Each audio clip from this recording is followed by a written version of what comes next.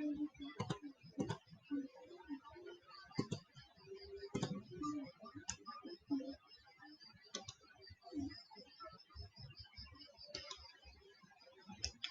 malam dimanapun Anda berada. Kali ini saya akan membahas tentang hukum Gauss untuk mencari medan di tiap titik pada bola konduktor dan bola isolator yang terdapat rongga di antara keduanya. Pada soal kali ini akan digunakan hukum Gauss yang berbunyi flux yang melewati suatu permukaan Gauss akan sama dengan Q enclosed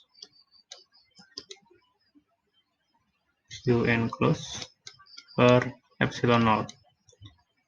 Pada kasus kali ini kita akan membuat permukaan Gauss dari lokasi yang paling kecil, yaitu di lokasi yang hitam ini dengan jari-jari R kecil. Di lokasi tersebut akan ada medan listrik sebesar integral dalam ruang tertutup E.dA sama dengan Q enclosed per epsilon 0 untuk 0 sampai R kurang dari R1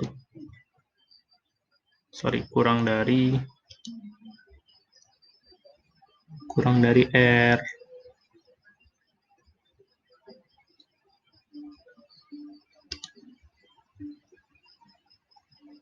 dari R ini ya, R bola isolator. Q enclosed yang terdapat di dalam lingkaran Gauss, permukaan Gauss ini sebesar, kita misalkan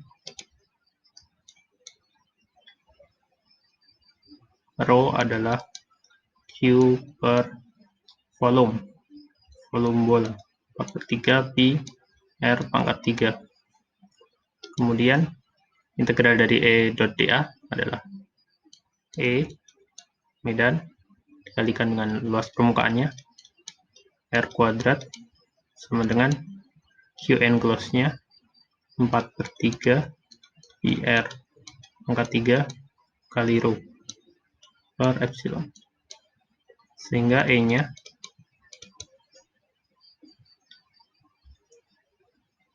menjadi rho R per 3 epsilon.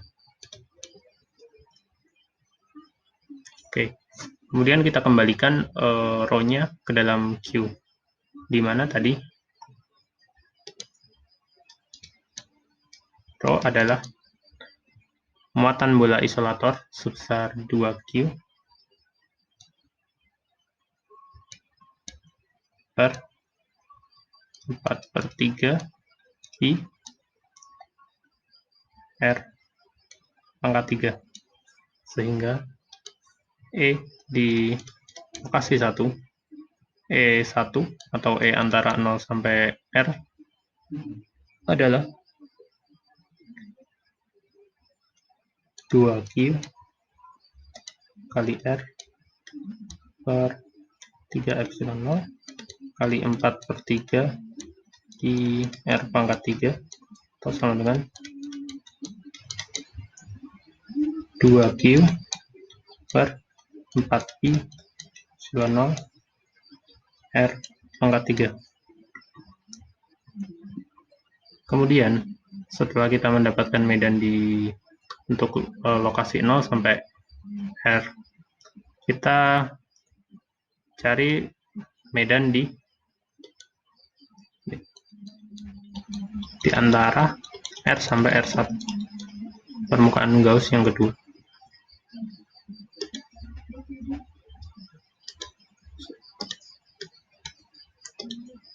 Untuk R dari R1.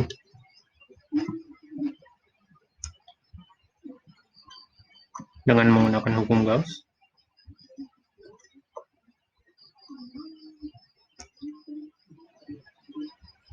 Integral dalam ruang tutur E dot dA sama dengan Q enclosed per epsilon 0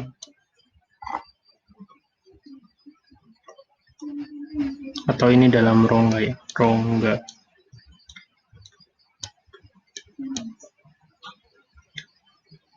E kali 4pi R kuadrat Q enclosed yang ada di dalam permukaan Gauss yang kedua, yang misal hijau ini hijau, biar beda, hijau adalah hanya ada 2Q, sedangkan yang tadi harus kita buat dalam row karena volumenya belum satu bola atau volume bagian dari bola, sehingga belum satu bola tapi sebagian dari bola, sehingga harus dimisalkan.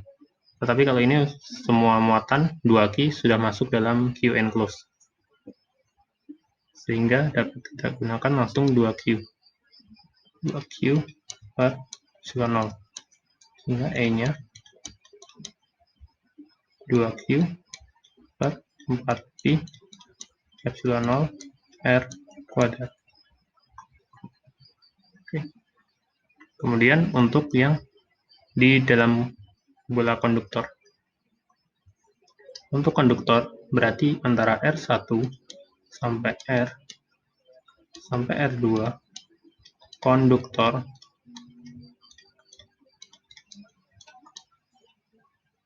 ini medannya bernilai 0 karena muatan akan tersebar di permukaan konduktor yang dinamakan muatan induksi.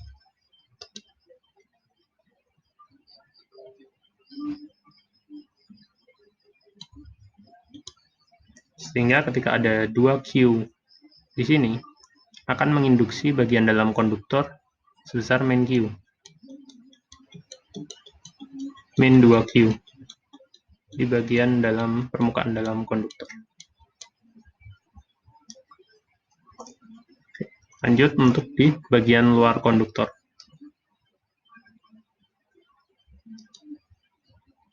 Di bagian luar konduktor, permukaan Gauss-nya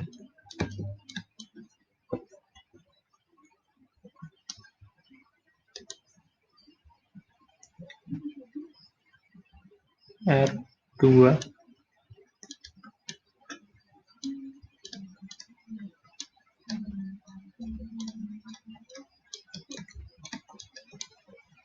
terapkan hukum Gauss-nya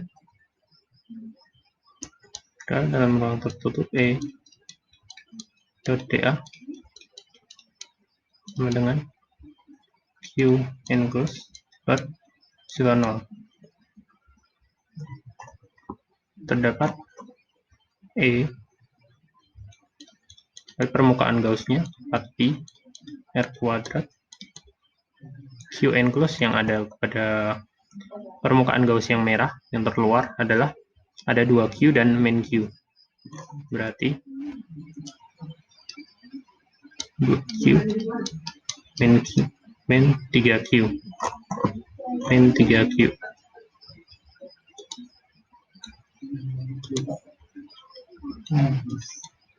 epsilon 0. Jadi E sama dengan min Q per 4pi epsilon 0 R kuadrat. Sehingga kita telah mendapatkan medan di semua titik. E1, E2, E3, dan E4. Untuk kasus yang kedua, kita diminta mencari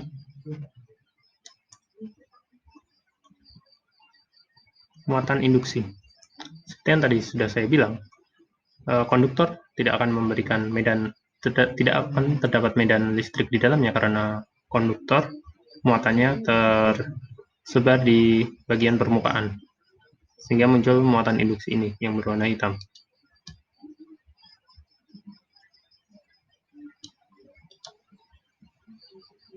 Karena muatan penginduksi itu bola isolator yang muatannya 2Q, maka di bagian dalam bagian dalam konduktor akan ada muatan sebesar minus 2Q. Kenapa? Karena muatan yang menginduksinya 2Q positif. Sehingga Q di bagian inner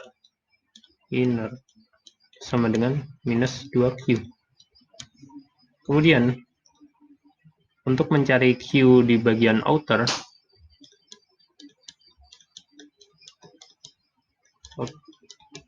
bagian luar, kita bisa menggunakan persamaan Q net sama dengan Q inner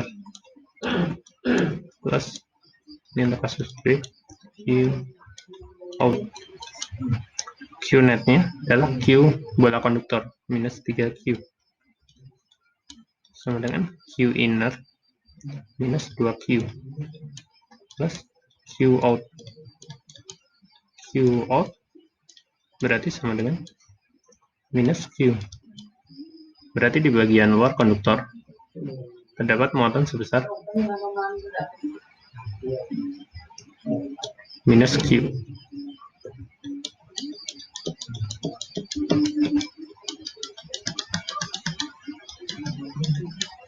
Oke, sekian penjelasan dari saya. Semoga bermanfaat.